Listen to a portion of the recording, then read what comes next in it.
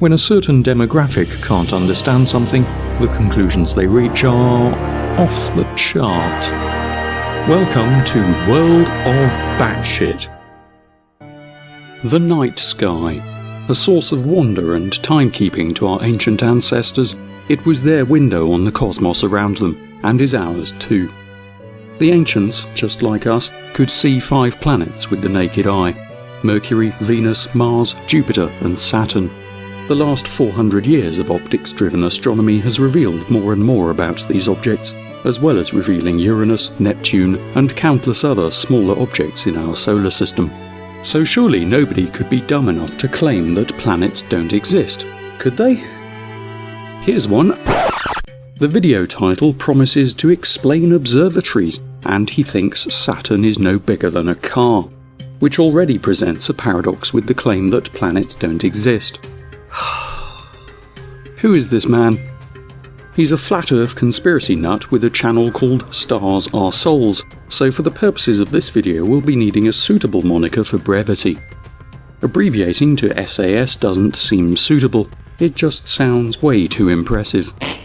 I'm sure I'll think of something. Anyway, what does Mr. Arse Holes have for us? Well, to start with, there is apparently some sense of urgency to his presentation. But I want to put it out there before they shut down the internet. Yes, that's right. The ever-ominous, faceless and nameless they are going to shut down the internet because someone thinks the planets aren't real. Oh, won't somebody please think of the children? Despite Mr. Arsehole's exposure of the global conspiracy, it seems that Cancerman and Co. must be having some technical difficulties shutting down the internet, because in the near 5 months since his video was posted, the internet has been and remains fully functional.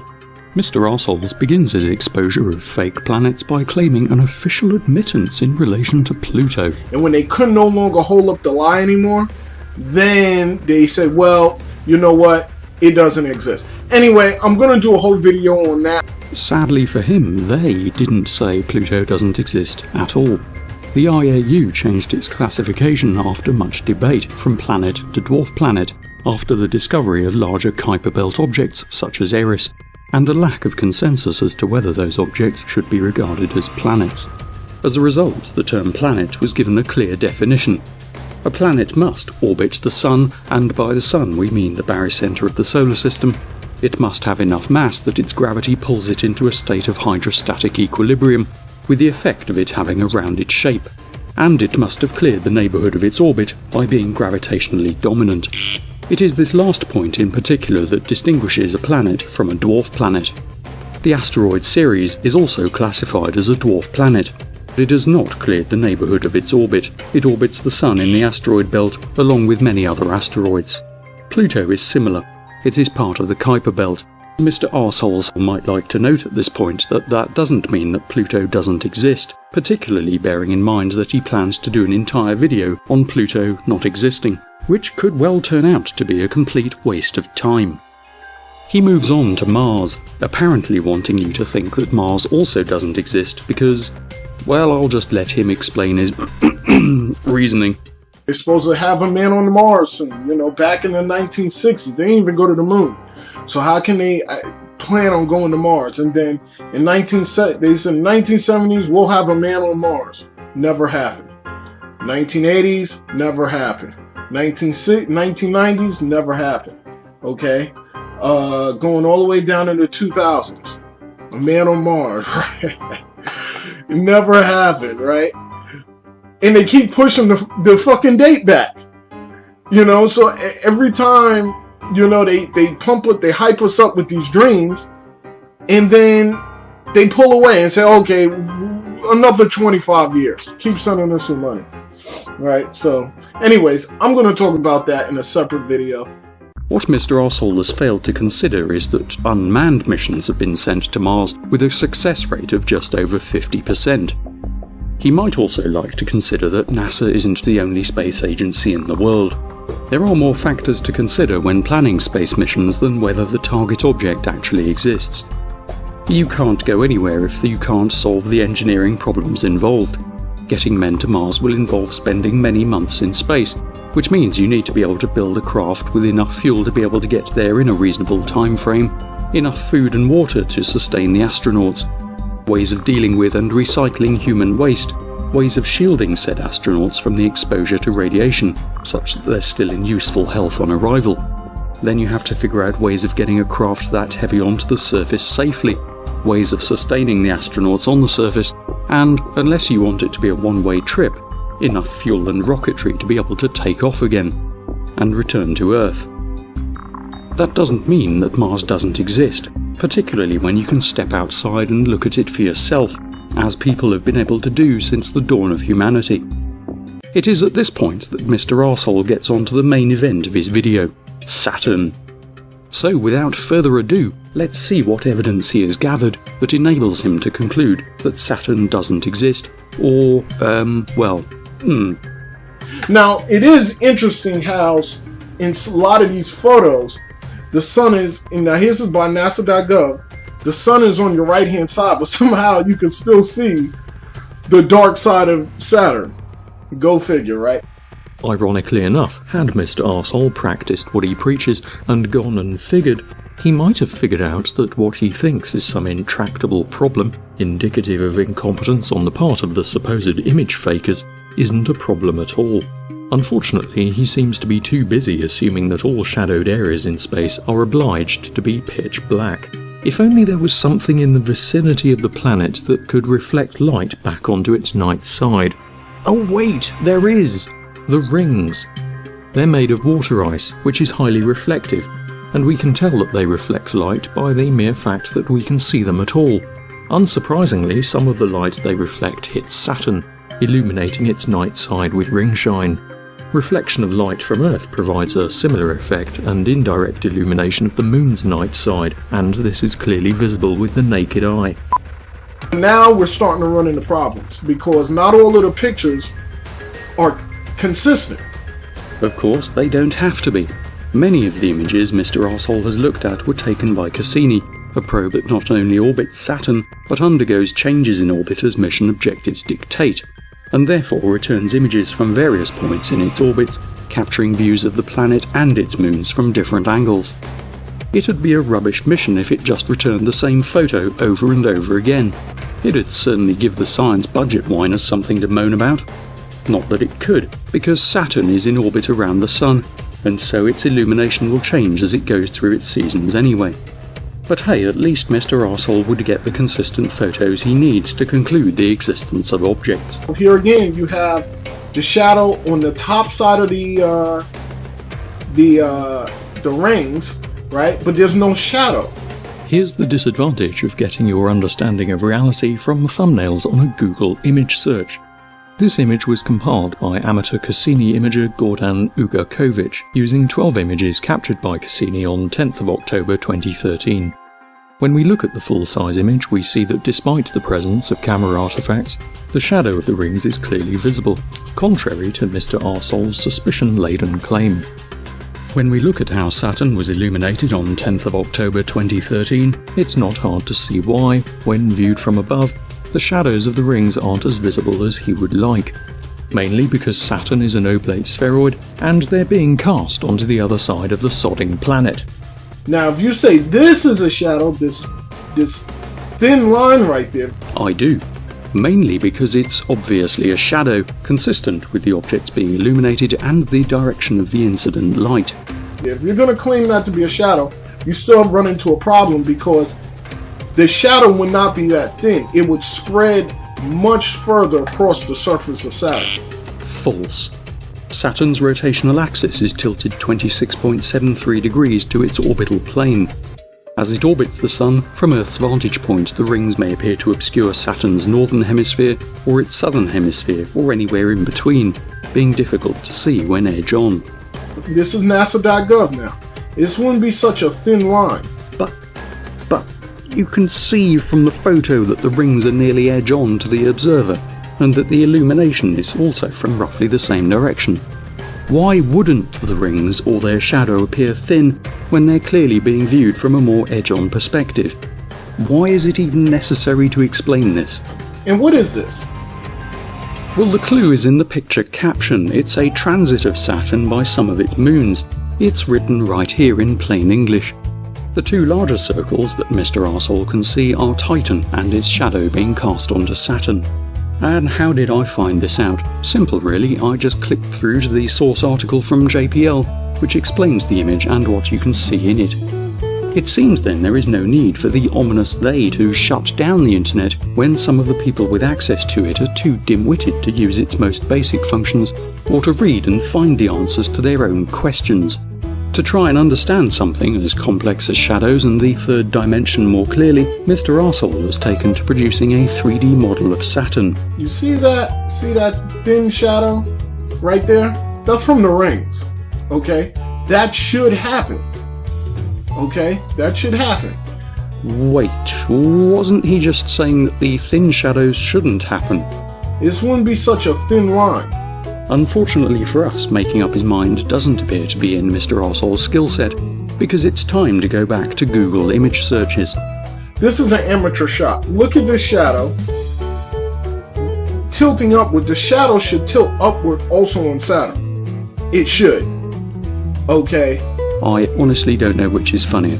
The fact that this section was preceded by a clip where he changed the direction of the ambient light and affected the way the shadow of the rings was cast on his 3D model, or that he doesn't understand that real shadows work the same way too. I'll leave that decision to you, dear viewer. In the meantime, let's hear about the time that Mr. Arsehole went to an observatory to look at Saturn for himself, in the daytime. Now, I went to the top of the telescope in Orlando Science Center, and I looked through, and when I looked through, to be quite honest, Saturn did not look real to me. Okay, I'm not saying it wasn't there, I'm saying that it didn't look real. I personally don't believe planets exist the way they tell us that they exist. It would appear that Mr. Arsehole expected Saturn to look like the pictures he's seen on the internet, which were taken either at night or from outer space, and that he expected Saturn to look the same as these pictures when looking through Earth's atmosphere in the daytime. I believe Saturn is no bigger than the size of a car. It's really small. That's how you're able to get these shadows like this. Because if the Saturn was that much really large, it would be shadows casted across the whole surface of Saturn. Given that he has previously demonstrated using a 3D model which was neither the size of a car nor the size of a planet, that the angle of incident light is what affects the appearance of the shadows of Saturn's rings, it is something of a mystery as to why he thinks the size of the planet is relevant. Since Mr. Arsehole goes on to repeat his claim that he thinks the planets are small, let's take a look at his claim that Saturn is about the size of a car. Let's use a representative car length and say that Saturn is 5 meters in diameter. At its closest to Earth, it has an angular diameter of 20.1 arc seconds, or 0.00558 degrees. Using the same simple trig we've seen before, if we crunch the numbers, we find that Mr. Arsehole's car-sized Saturn is 51.3 kilometers away. Were this correct, Saturn would be orbiting Earth within the mesosphere. It must have done so since ancient times when mankind first noticed it traversing the sky. It must also do so without suffering any measurable speed or altitude loss due to drag from the atmosphere, even though the ISS, orbiting some 8 times higher, requires regular speed boosts to maintain its orbit as a result of drag. And I for one would love to know how Saturn's tenuous rings survived, not to mention how its 62 known moons orbit something the size of a car within Earth's atmosphere. This isn't looking very promising. I think the planets that you're looking at are actually little moons. Just like the moon we have up there, they're just moons, but this far away. That's all they are. Well, unfortunately for Cletus here, we've already established that his car-sized Saturn isn't that far away at all. And even if the planets were little moons, that wouldn't explain the phenomenon of retrograde motion, or why the planets are spheroidal at all. Why are the planets round, Desert File? Gravity, you fucking retard! Gravity! Thank you. Roundness of the planets is not the least of Mr. Arsehole's failures to understand reality, though. They're probably a little bit bigger than stars, but about the same size. But that's all the planet is, in my opinion. So planets which orbit stars are bigger than stars. I see. What this means, of course, is that, by his own reasoning, stars are probably smaller than cars. and the Sun produces all its heat and light in a package the size of a car. Well, since the Sun's angular diameter is known, were it 5 meters across, like Saturn in Cletus' conspiracy fantasy, it would be a little over 500 meters away. I put it to you that you can think of many, many reasons why Cletus is talking bollocks. Anyone hoping for an explanation of this opinion is sadly out of luck, since it's time for another topic change, as he goes on to do nothing more than argue from his personal incredulity that Saturn has radio emissions, on the basis that when processed, they sound like something from a horror film.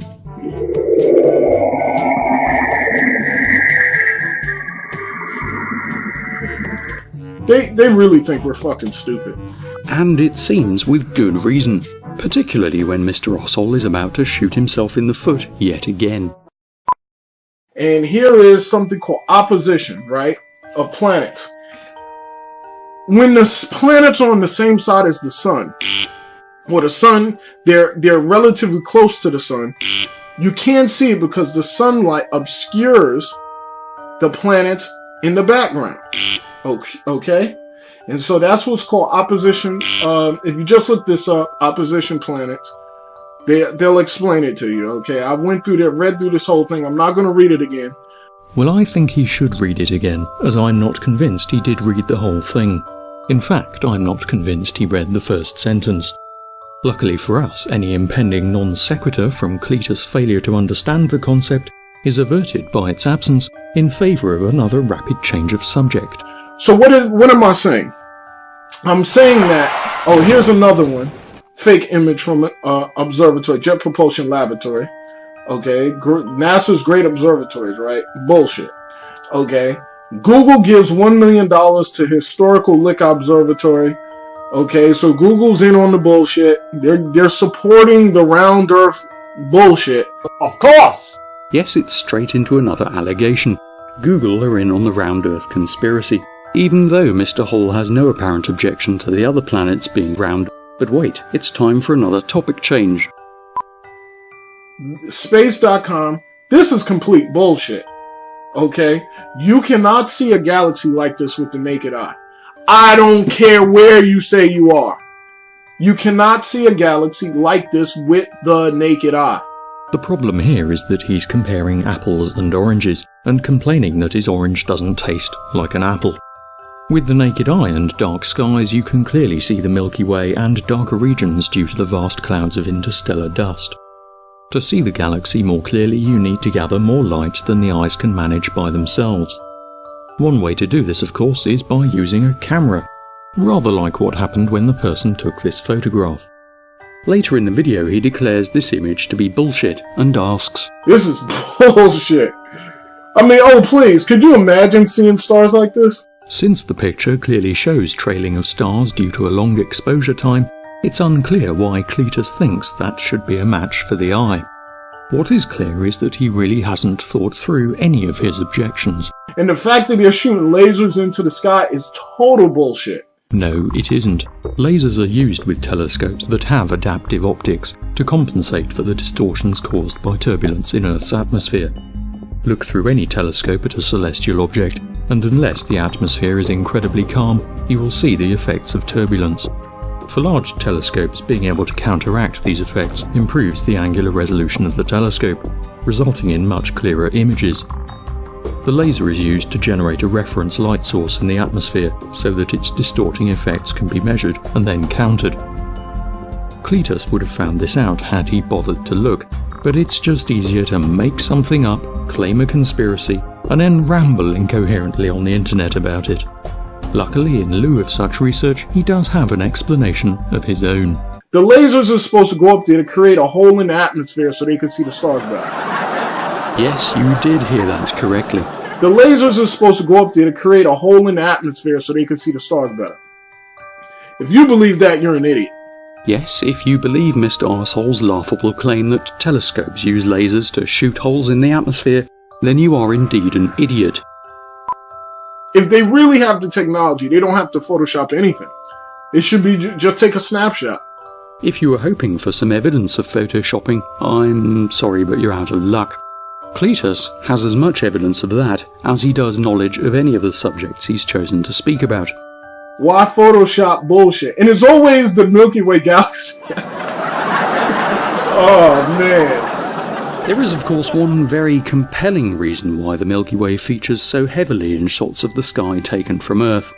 It's the galaxy we fucking live in. No other galaxy is going to span the sky unless you move planet Earth to be within another fucking galaxy. I'm not sure that Cletus can top some of the stupidity we've just seen, at least in this video, and it's probably just as well that he reverts to trying to solve his Saturn shadow conundrum. Amusingly, to get the shadow to look exactly the way he thinks Saturn should always look, he has to change the angle of incident light relative to the plane of the rings. He does so apparently without stopping to think that maybe a change in the angle of incident light is precisely why pictures of Saturn don't always meet his expectations.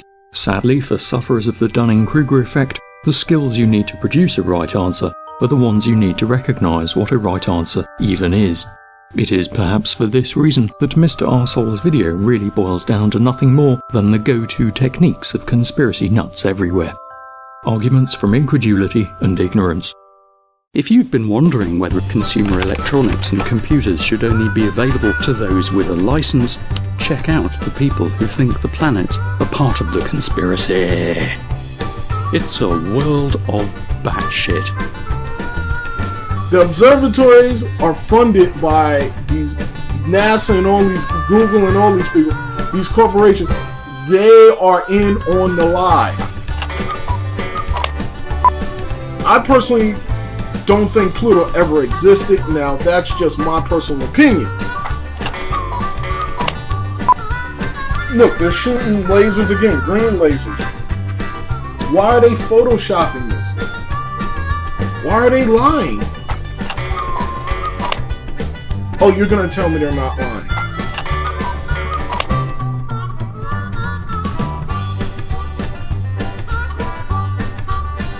Where's the shadow?